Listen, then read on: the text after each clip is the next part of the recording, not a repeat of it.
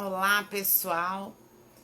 Estamos aqui para mais uma live. A live de hoje é sobre educação sexual urgente com a professora doutora Gabriela de Carvalho. Vamos aguardá-la entrar.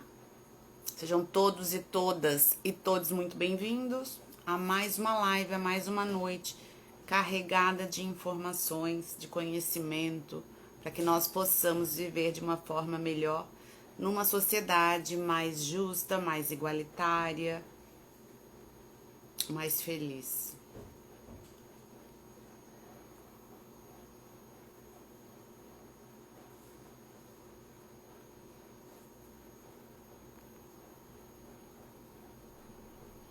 Olá, vamos entrando, sejam bem-vindos.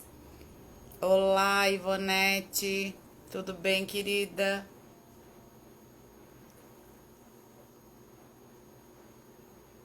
Nossa convidada já deve estar chegando. Olá, Magna. Oi, Jana, tudo bem? Coisa boa. Gabriela já deve estar chegando. Oi, Leandro. Oi, querido, tudo bem? Mará, Gabriela, sejam bem-vindos. Nossa convidada já chegou.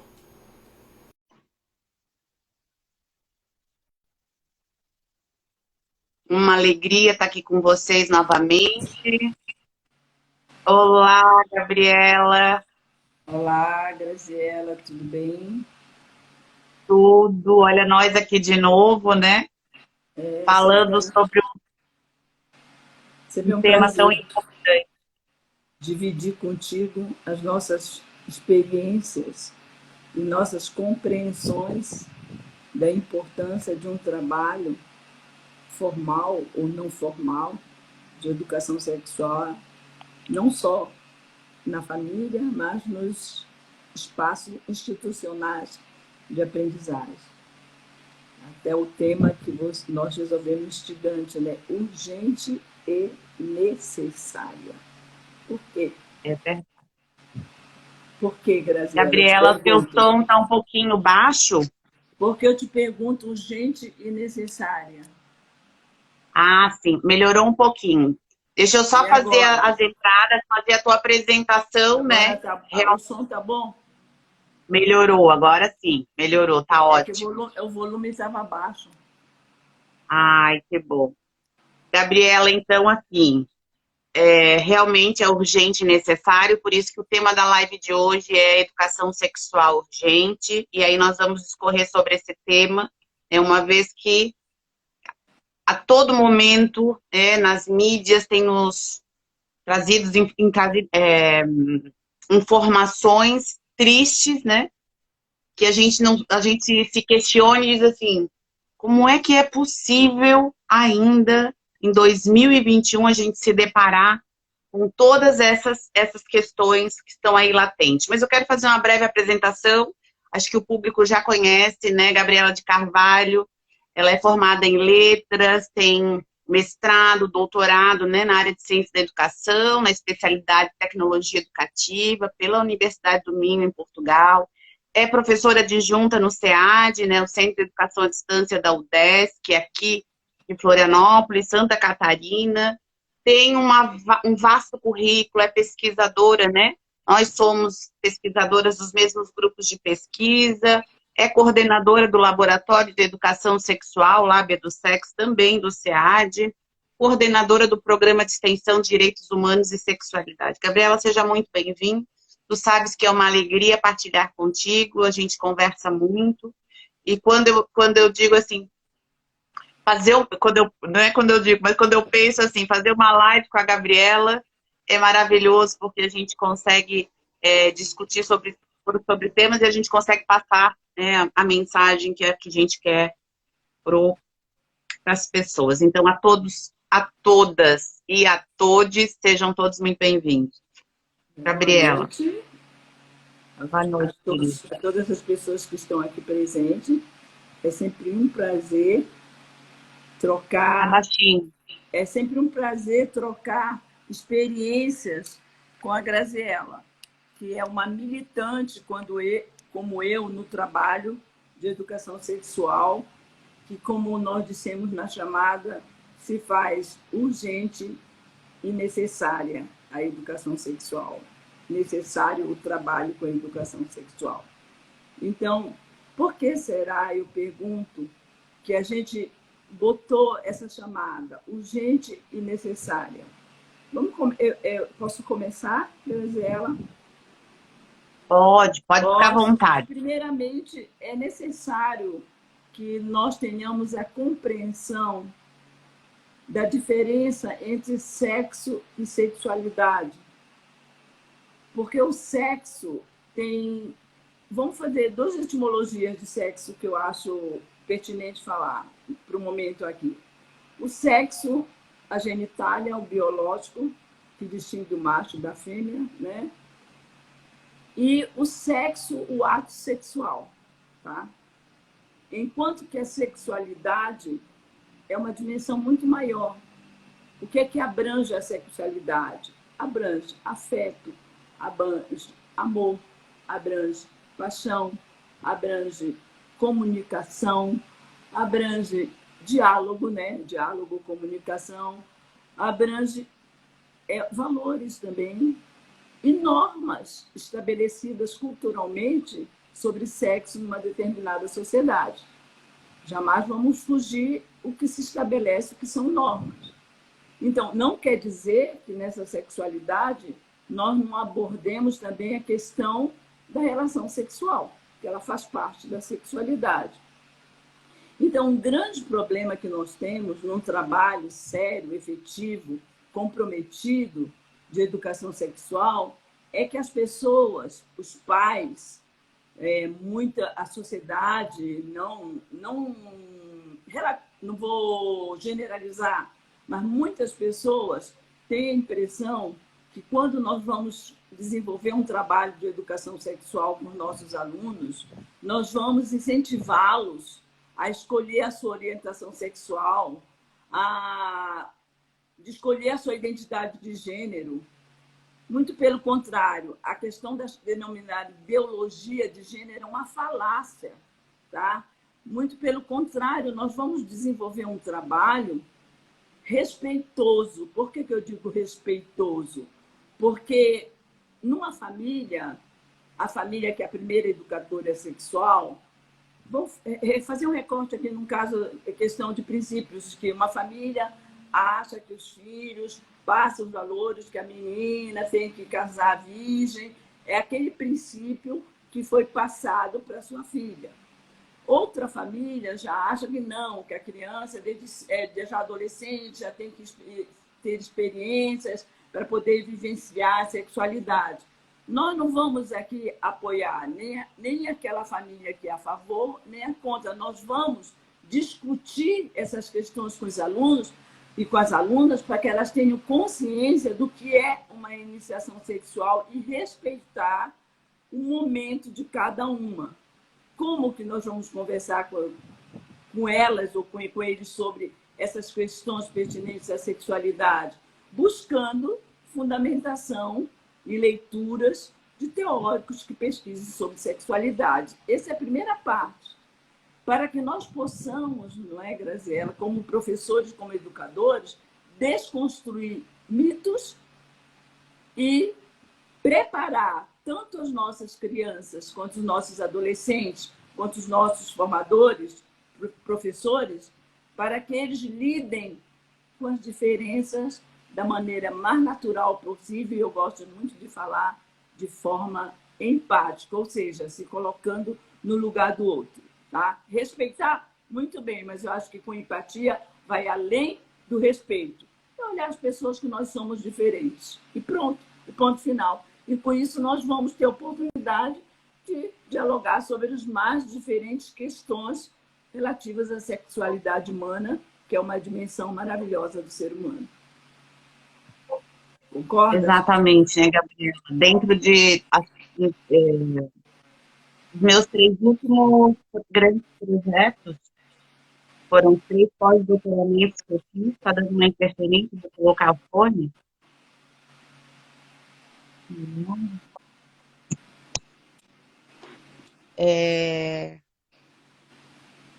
que que apareceu nessas pesquisas, obviamente não só nas minhas, mas em outras tantas pesquisas científicas, que a grande dificuldade, né, do entendimento do que é sexo e sexualidade, esse é o grande impeditivo da inserção da educação sexual nas instituições de ensino. Então, quando as famílias não têm essa clareza, né, os professores, os profissionais da educação, gestores, e toda essa comunidade educativa, essa inserção se torna cada vez mais difícil.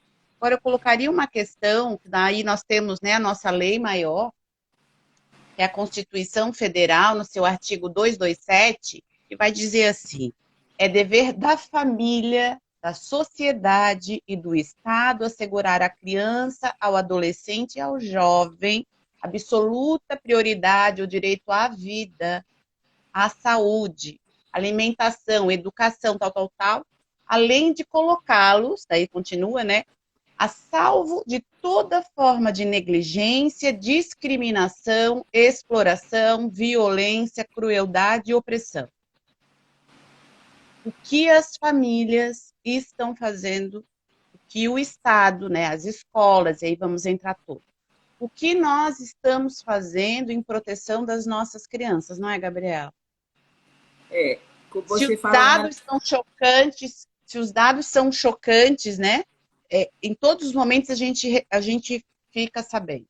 Bom, ainda ontem, o marido matou a esposa, um homem de 34 anos, matou a esposa por causa de futebol. O que, que tem por trás aí, né? Ela era palmeirense, ele corintiano, os filhos gêmeos de 2 aninhos estavam dormindo, ele mata a facada a mulher. O que, que tem por trás disso, gente? Não é o futebol em si, é o machismo, é o feminicídio. Tudo isso acarreta em proporções extremamente horrorosas. No mês passado, uma criança foi espancada pelo pai de 5 anos, numa matéria, não me lembro, mas era no Nordeste, porque a menina de 5 anos disse que gostava de uma outra menina, gente. Então, assim, a gente não consegue dialogar sobre as determinadas situações que aparecem, como a Gabriela falou, né, Gabriela? A sexualidade é inerente, faz parte, né, do nosso desenvolvimento, só que nós precisamos dialogar. E aí eu vou bater na mesma tecla de sempre. Nós queremos jovens responsáveis, adolescentes responsáveis, porém nós não estamos trabalhando nesse sentido, nós não estamos abordando, a família não aborda. Quando eu falo assim, gente, não generalizem, porque a gente sabe, né, que para famílias há exceções, nas escolas há exceções, universidades há exceções, que há um trabalho aí que a gente que sabe que tem avançado.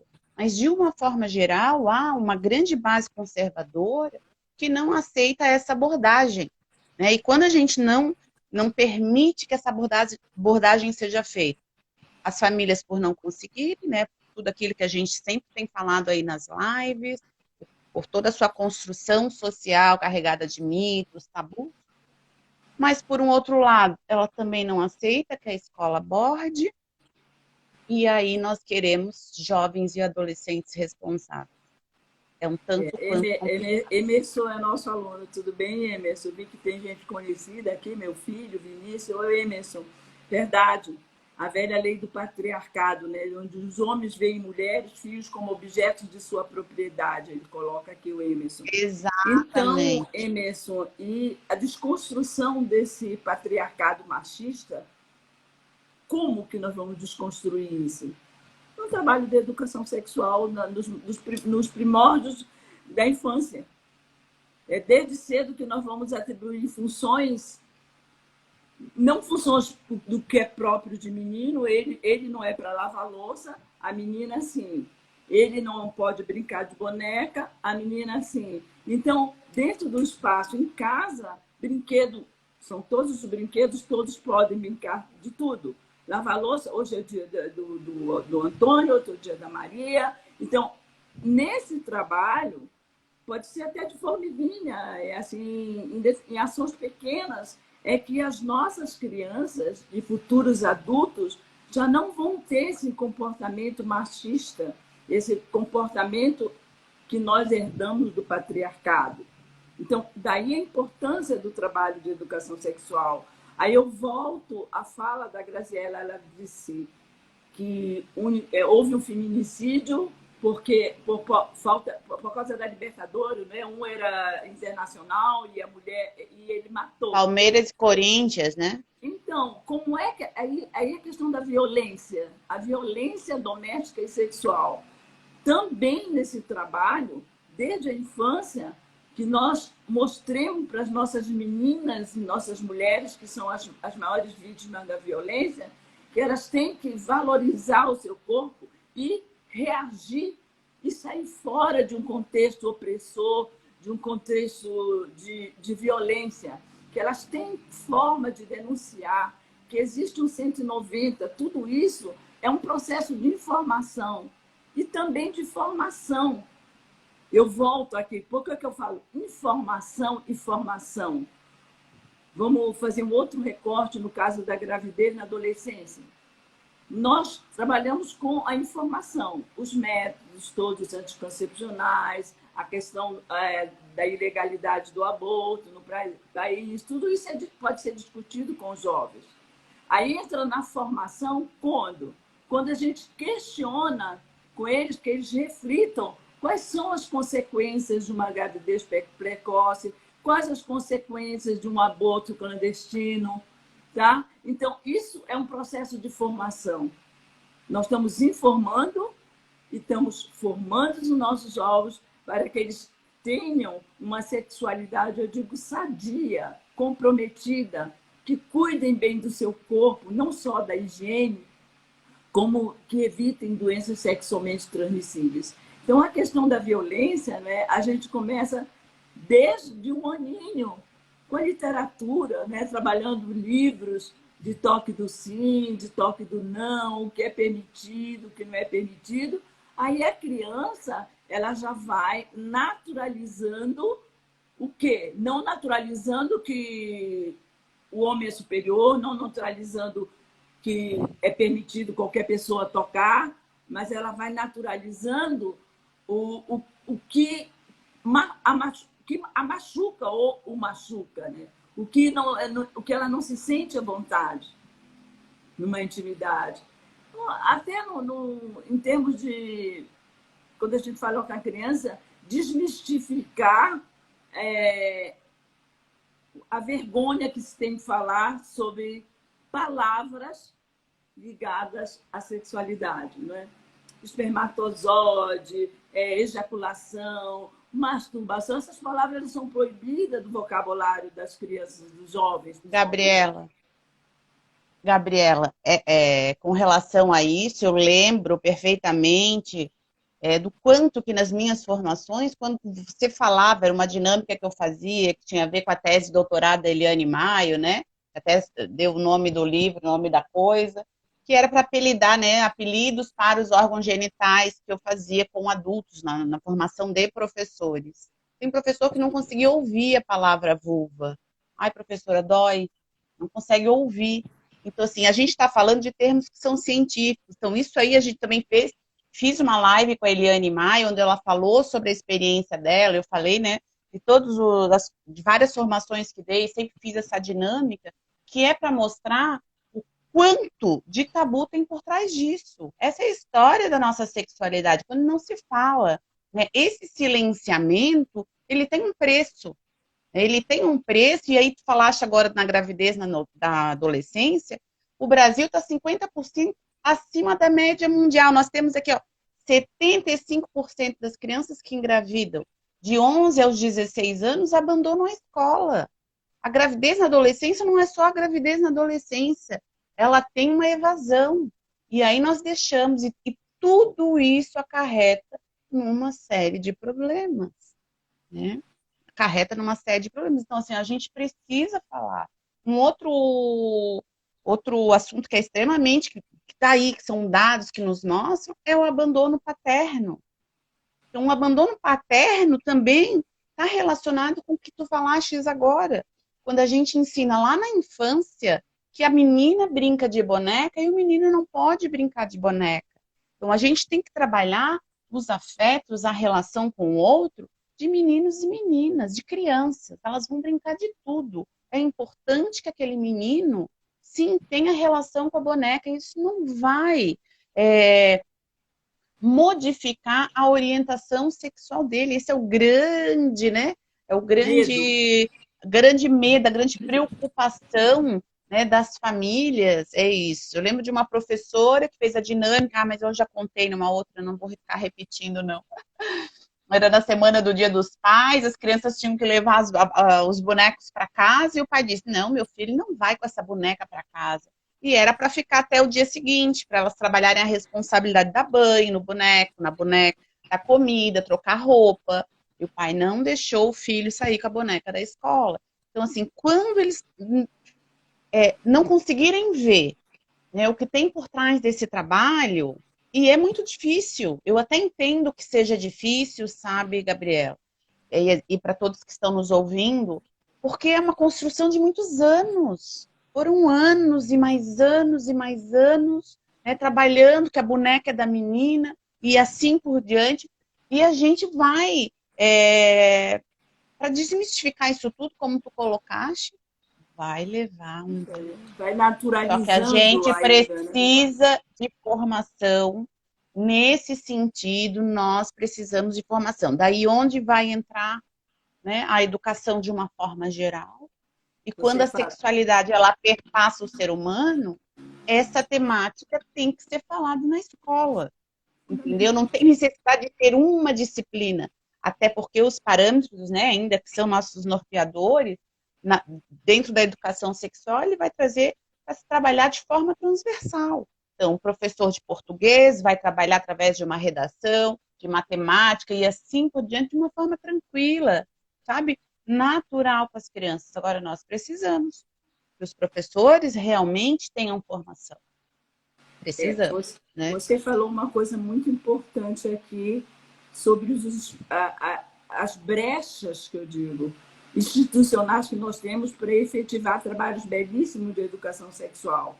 Um é nos temas transversais proclamados pelos parâmetros curriculares nacionais, que um dos temas transversais, que eles denominam de orientação sexual, que nós cunhamos chamar de educação sexual, por ser orientação uma manifestação de desejo.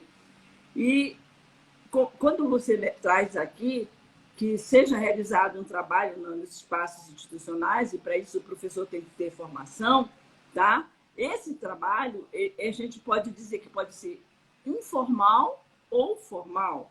O informal é o profissional estar preparado para as expressões sexuais das crianças, para as curiosidades dos adolescentes e para as ações, para manifestar, pelos gestos, pelos olhares, e pelos escritos nas paredes, dos banheiros, nos quadros. Eu conto essa experiência minha, que eu entrei um dia na sala de aula e tinham vários pênis voadores. Naquela ocasião, eu apaguei e disse: eu nem quero conversar com vocês.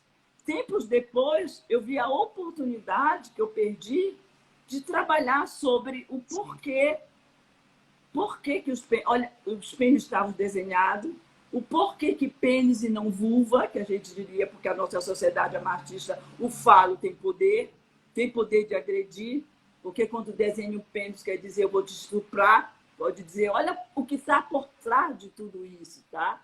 Esse seria um trabalho informal. A professora Marineide Figueiró, que é uma colega nossa, que tem um trabalho belíssimo lá em Londrina, ela tem um artigo em que ela diz que uma das alunas dela estava trabalhando com jovens, adolescentes, pré-adolescentes, deficientes, e um chegou com ela com um saco e uma régua e enfiou assim a régua no saco e disse assim: ó, professora, a técnica de aprender a colocar a camisinha. Aí, essa professora só se virou e disse assim: ah, é bacana, mas guarda aí, noutra ocasião a gente conversa. Então, ela disse que numa outra oportunidade ela dizia: ótimo, então vamos saber, quem já ouviu falar em preservativo? O que é que vocês sabem? Porque é um trabalho de educação sexual, foge totalmente daquilo que nós chamamos de tradicional, que eu sou o dono da verdade, vou aqui falar numa aula, que isso é cansativo.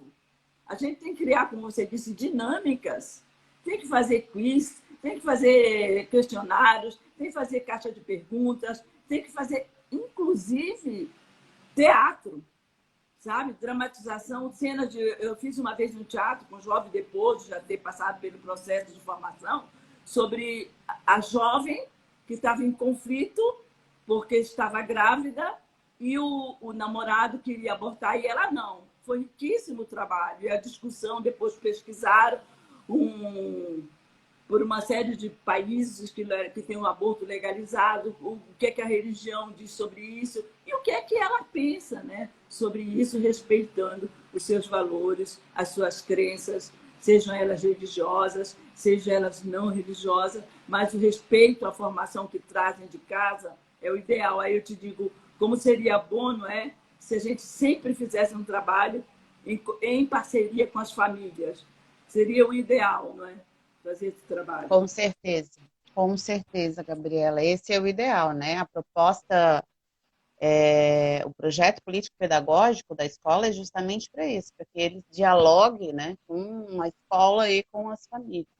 Então, agora, iniciando o ano letivo, é fundamental que a escola se propunha a fazer isso, a chamar essas famílias, por mais que muitas vezes a gente acaba, né, eu estava pensando nessa live hoje, e aí eu disse, nossa, as pessoas que participam geralmente são aquelas que acreditam nesse trabalho. Nós precisamos fazer com que essas lives, esses trabalhos, sejam encaminhados, e aí, gente, eu chamo para o meu canal do YouTube, porque lá dá para vocês encaminharem, né, esses vídeos para pessoas que pensam diferente, porque são essas as pessoas que a gente precisa atingir e chamar.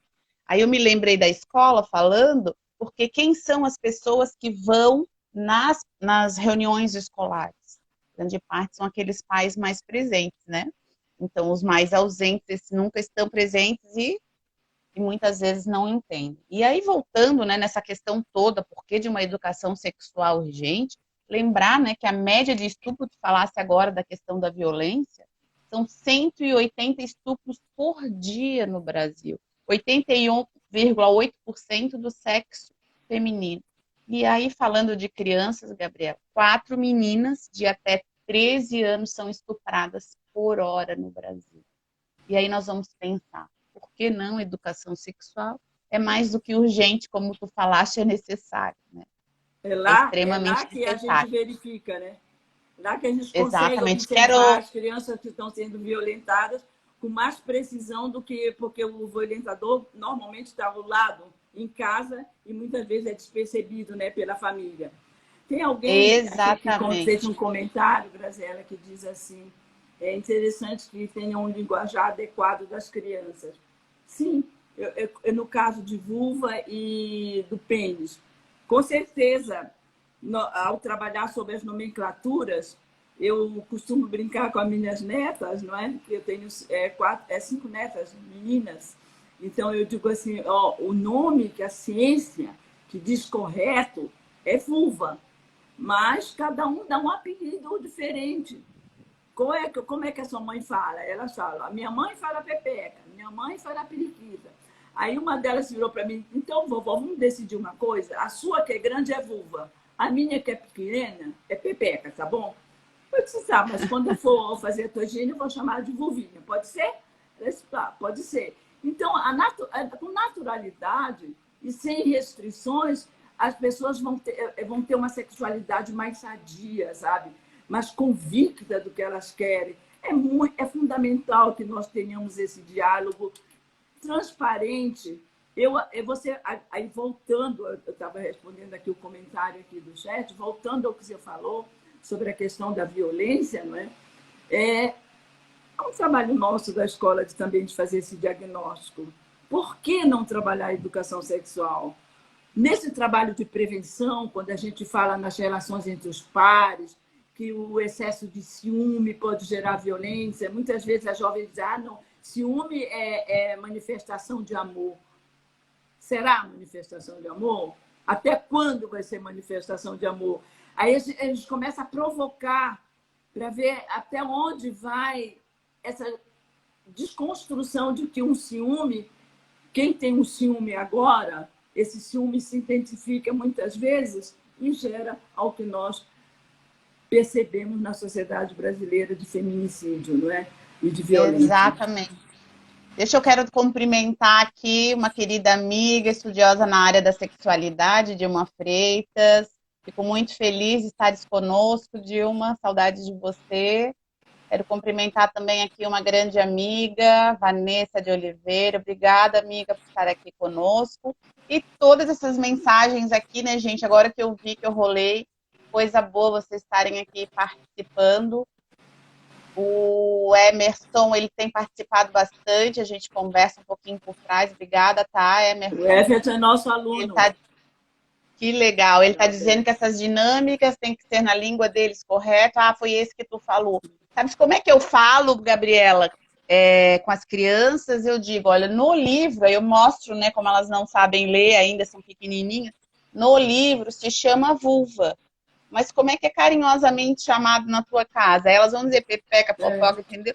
E deixa, e orienta as professoras para sempre falarem, e depois acolhe o que vem de casa, mas é importante que elas saibam que por trás daquele nome carinhoso, que vão considerar aquilo como carinho, que está carregado de mito, porque é mais fácil você dar apelidos do que falar o nome, né? As duas sílabas, vulva e pênis. Isso tudo precisa ser desconstruído, mas aos poucos vamos indo. Então, as professoras, né, ao trabalharem o corpo humano, vão incluir o pênis e a vulva como parte do corpo humano, naturalmente. Então, de ano em ano, você vai falando e a criança vai tendo conhecimento que existe um nome correto, científico, que é esse, como para perna, braço, como qualquer membro do teu corpo. Simples então, eu assim, te pergunto, por que será que as partes íntimas são as únicas que têm várias nomenclaturas? As outras partes do corpo humano só têm uma nomenclatura. Por quê? Exatamente. Aí eu deixo essa pergunta para os participantes. Por que será? Porque falar de sexualidade, a tradição judaico-cristã sempre viu o sexo, a parte sexual, como algo pernicioso, como pecaminoso. Aí se criou toda essa restrição a se falar com naturalidade do corpo humano, não é?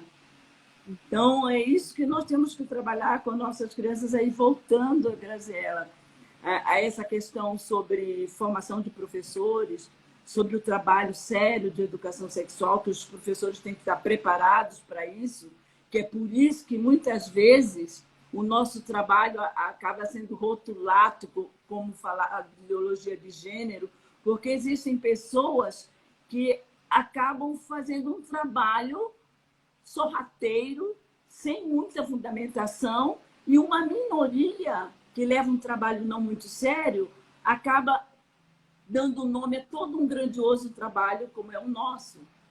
Então, eu digo assim, quando nós estamos trabalhando com nossos profissionais, porque muitos de nossas professoras estão na escola, e com nossas alunas e alunos, tá? Quando nós estamos trabalhando, nós estamos querendo que eles que tiveram, porque todos nós fomos educados sexualmente, mesmo na omissão, no não falar, é uma forma de educar, tá?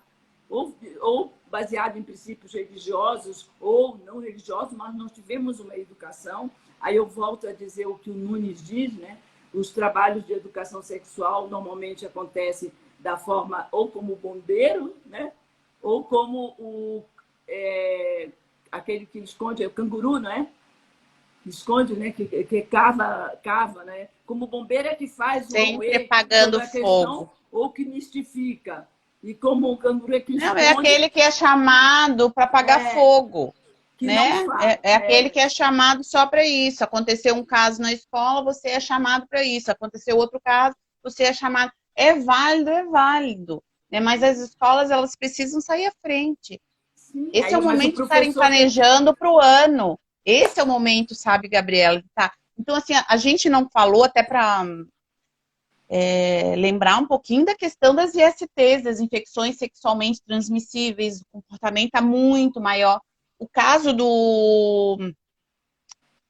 dos homicídios dos travestis, dos transexuais, em 2020, o aumento foi de 70%, o Portal Catarinas divulgou. Então, assim, a gente tem tantas violências por trás, tanta falta de, sabe, de comprometimento sério. E outra, nesse desgoverno, né, que nós estamos, uma base conservadora não nos ajuda em nada. Não nos ajuda porque impede que o nosso trabalho seja feito. Quando nós deveríamos estar juntos, unidos, para mostrar que da forma como está não é possível. Não é possível continuar do jeito que está.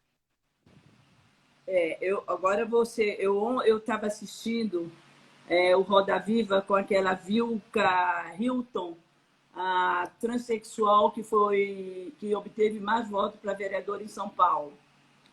Belíssima entrevista dela, né, defendendo os corpos transgêneros ali e a violência que tem sofrido, tá? Então eu digo assim, aí eu volto a pensar como é importante a gente trabalhar os nossos alunos e os nossos alunos que vão ser futuros educadores trabalham os seus alunos para o respeito às diferenças.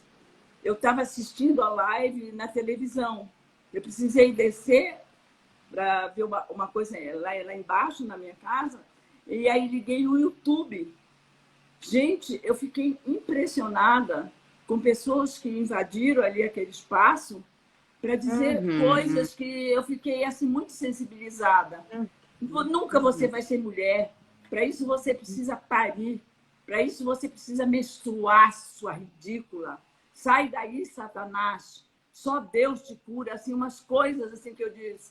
É este trabalho que vai fazer com que as pessoas que não toleram como essas, porque não sabem do que é, porque não tiveram na sua família casos, porque não estudaram sobre o que é orientação sexual, o que é identidade de gênero, possam conhecer que existem essas diferenças e lidar com essas diferenças, eu não digo nem respeitosamente, como eu falo, de forma empática, se colocar no lugar dele, fazer com que aquela pessoa, aquela travesti, aquela menina que tem orientação homossexual, que ela consiga acabar o seu curso da educação básica sem sofrer bullying, sem sofrer violência, que ela consiga se enquadrar no mercado de trabalho, porque ela é um ser humano. É isso que nós queremos, que todos os educadores saibam trabalhar com dignidade, respeitando e agindo empaticamente com a diferença. Difícil, mas é aquilo, é um trabalho de formiguinha que nós estamos, a Dilma sabe que está aqui. Um beijo, querida, te amo, estou morrendo de saudade de ti. A Dilma sabe que a gente vem trabalhando aí há mais de 20, 30 anos e aqui e ali nós estamos construindo algo. Está difícil, mas não é impossível. Eu sou a linha freiriana da utopia que pode ser alcançada. Exatamente. Então, assim, eu acho que tudo é possível, sim. A gente precisa continuar esse trabalho. Acho que cada um pode fazer de uma forma, né, seja divulgando esse trabalho, seja ouvindo as lives e dialogando, sabe? Mesmo com aqueles que pensam diferente, mostre outros lados, não aceitem atitudes machistas, converse, dialogue. Não aceitem, não é no sentido de ir para a violência, mas dialogue, olha, essa tua forma, essa tua fala, né? Comecem a dialogar. Eu digo, aqueles pais, aquelas famílias que têm um pouco mais de conhecimento, de entendimento da importância da educação sexual, busquem escolas que trabalhem essa temática, sabe? Incluam seus filhos em escolas que realmente trabalhem. As escolas que não têm, que sempre tem muitos professores, eu dialogo com muitos professores, levem essa temática para as reuniões, digam o quanto é importante, sugiram, né, que o projeto político-pedagógico discorra por aí, envolvam as famílias, é desse jeito. Gabriela, nós na universidade, ainda hoje fiz um convite para a Sônia Mello, vamos ver se ela vai aceitar, para a gente falar do papel da universidade na educação sexual. A universidade ela tem um papel fundamental, que é o que eu tenho dito, que é na formação dos professores. A UDESC aqui, já há 30 anos, trabalha, né, com a disciplina de educação sexual obrigatória no curso de pedagogia. Eu sou egressa dessa universidade, são raríssimas as universidades que têm esse papel, né, essa temática há tantos anos. A UDESC foi uma das primeiras. Hoje a gente já tem um pouco mais, mas assim, ainda são poucas, né, que tem disciplinas obrigatórias para esse trabalho. Então a gente precisa exigir do poder público, nós precisamos, enquanto sociedade, nos unir para que essa temática ela seja dialogada em todos os espaços. Gente, lembrando o seguinte, alguém falou ali, não sei se foi a Jo, agora não me lembro, que passou aqui, que colocou que esse diálogo deve vir da família. Sim, nós entendemos que a primeira educadora sexual é a família. Lembrando que sexual é no sentido de sexualidade, né? Sexualidade é mais do que simplesmente o sexual do sexo. Então, assim, é a família, mas por todos os motivos que a gente vem trabalhando aqui, né, por causa de uma construção social carregada de mitos e tabus, a família não dialoga e delega para a escola, né, essas questões que são pertinentes, né, e que precisam ser trabalhadas, como a gente também já viu em outras lives, que todas as nossas legislações, ou muitas delas, desde a nossa Constituição Federal, os parâmetros curriculares nacionais, a Lei de Diretrizes e Bases, o Plano Nacional de Educação, a BNCC, muitas leis municipais e por aí vai, elas nos dão suporte para que os professores trabalhem, sim, com essa temática nas suas salas de aula. Por isso que a Gabriela acabou de colocar da importância da gente saber dialogar, viver com a diversidade. É muito importante.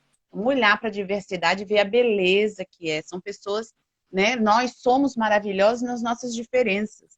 Então, vamos trabalhar isso para perceber que isso não faz mais sentido a gente fazer com que essas questões continuem com tantas violências por aí. Eu sinto dizer que nós chegamos ao final da nossa live, tão rapidinho, né, que passou. Gabriel, tem mais umas palavrinhas, eu vou precisar terminar 10 para as 8 hoje, que eu tenho uma reunião a seguir.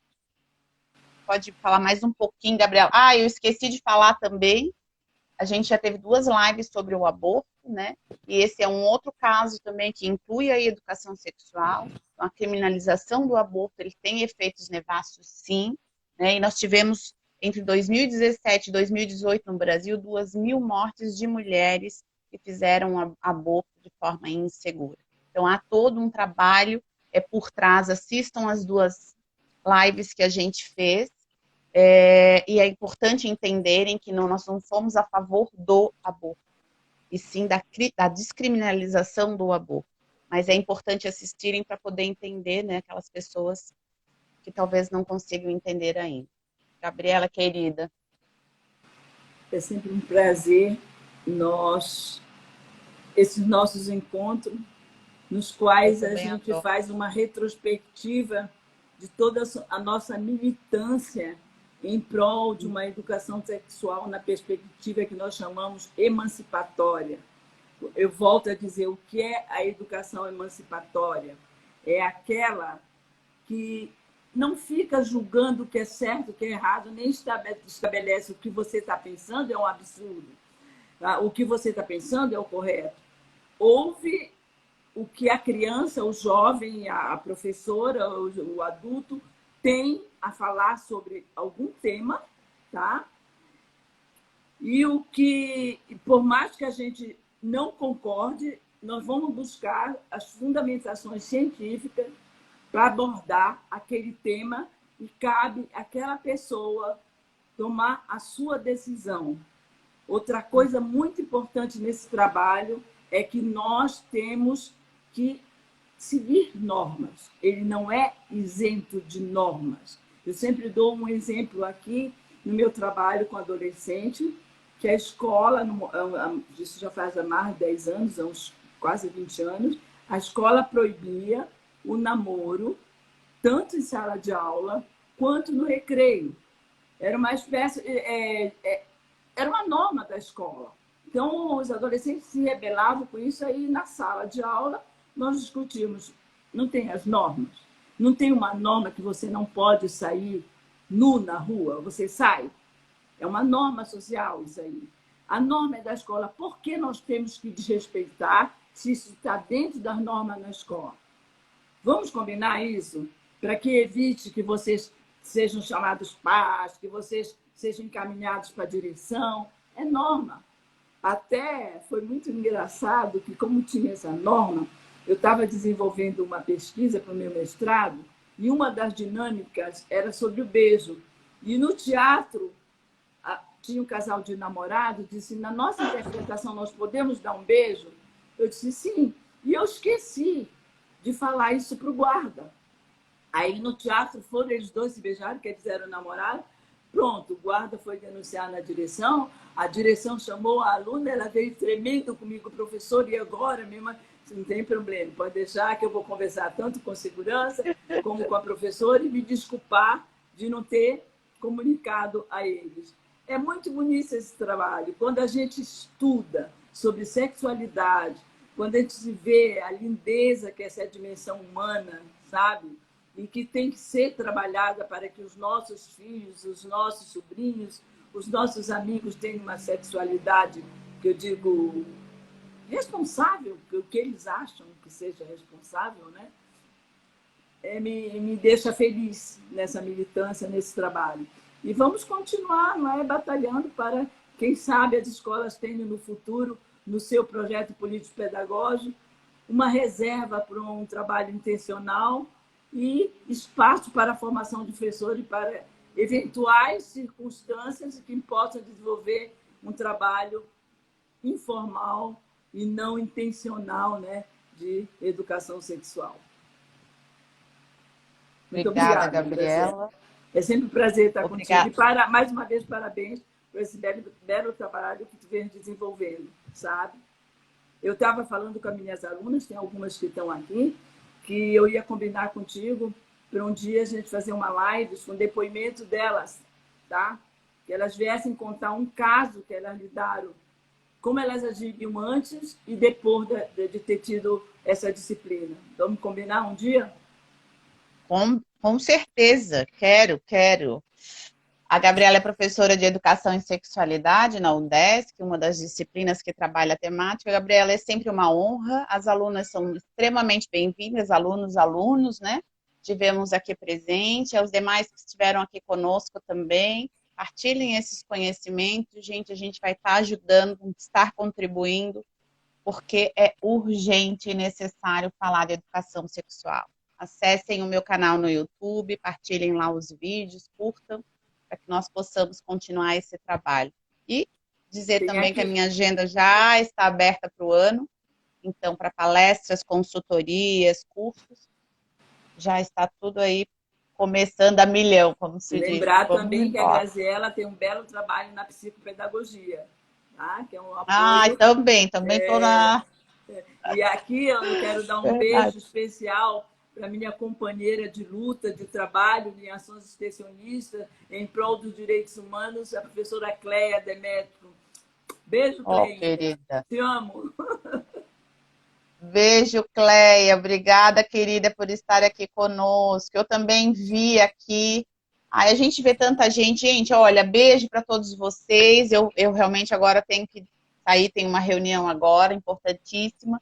Mas eu agradeço imenso o carinho, as mensagens, o quanto que vocês gostaram aqui, que eu estou vendo pelos comentários. Gabriela, obrigada, querida. Gente, uma ótima noite, foi uma honra estar contigo, Gabriela. Obrigada pela parceria de sempre, tá? Obrigada. Um beijo grande, juntas pessoal. Nesse trabalho. É isso aí, vamos embora. Beijo, pessoal. Uma boa noite, bom descanso.